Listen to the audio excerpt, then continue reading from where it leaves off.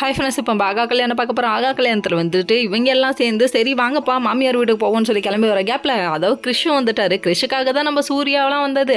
இது ஒரு பக்கம் இருக்க திடீர்னு வராங்க. வந்து நின்னதை பார்த்தோன்னே கோடீஸ்வரி ஒரு நடிப்பு போடுறேன்னு அவங்க பண்ண அலப்பற இருக்கே மாப்பிள்ளை அப்படின்னு சொல்லிட்டு ஓடி வந்து சூர்யாவை கட்டி வைப்பாங்க. சூர்யா எதிர்பார்த்துட்டு இருந்தார். ஆனால் கடைசியில் எக்ஸ்பெக்டே பண்ணாது என்ன தெரியுமா, கிறிஷை கட்டுப்பிடிச்சிட்டாரு. கிறிஷை கட்டுப்பிடிச்ச கையோட என்னடா இவ்வளோ நாள் வரல, இப்போ தான் அத்தையை பார்க்கணும்னு தோணுச்சான்னு கேள்வி மேலே கேள்வி கேட்க ஐயோ நம்மளை கண்டுக்கவே இல்லையேன்னு சொல்லிட்டாங்க. அதுக்கப்புறம் இப்போ தானே முதல் டைம் வரீங்க வாங்கன்னு சொல்லிட்டு ஐஸ்வர்யா புருஷன் அதாவது கௌதம்க்கு கிடைச்ச மரியாதை கூட நமக்கு கிடைக்கலையடா சாமி, இது நமக்கு வந்து சோதனையா சொல்லிட்டு யோசிச்சுட்டு இருக்காங்க. யோசிச்ச கையோட சரி வாங்கன்னு உள்ள கூட்டு போக நம்ம கிறிஷ் வந்துட்டு இது வாங்கிட்டு வந்திருக்கேன் அது வாங்கிட்டு வந்திருக்கேன் அவ்வளோ இது எடுத்து கொடுக்குறாரு. அப்போ சூர்யாவோட மனசுக்குள்ள என்ன தோணுதுன்னா, ஐயோ இது எத்தனை தரம் வந்திருக்கும், நம்ம இதுவரையும் ஒன்று கூட வாங்கிட்டு வந்து கொடுத்தது இல்லையே அப்படின்னு சொல்லிட்டு யோசிக்க ஆரம்பிச்சிட்டாரு. யோசிங்க இதெல்லாம் நல்ல விஷயம், இதெல்லாம் கற்றுக்கோப்பா அப்படிங்கிற மாதிரி ஆயிடுச்சு. வீட்டுக்கு இங்கே மாமியார் வீடுன்னு இல்லைங்க, யார் வீட்டுக்கு போனாலும் வெறும் கையோட போகக்கூடாதுப்பா, ஒரு முளை பூவாவது வாங்கிட்டு போப்பா, அதுதான்ப்பா நல்ல விஷயம் அப்படிங்கிற மாதிரி இருக்குது. சரி பரவாயில்ல விடுங்க.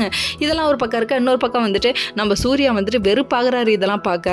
இந்த வெல்கம் ஷீட் இருந்தால் தானே நீ போவேன்னு சொல்லிட்டு எடுத்து கிழிச்சு போட்டாராமா. சின்ன பிள்ளை இது எப்படி இருக்குது தெரியுமா, அந்த சீப்பை உளிய வச்சா கல்யாணம் நிற்போம்பாங்களே அந்த மாதிரி தாங்க.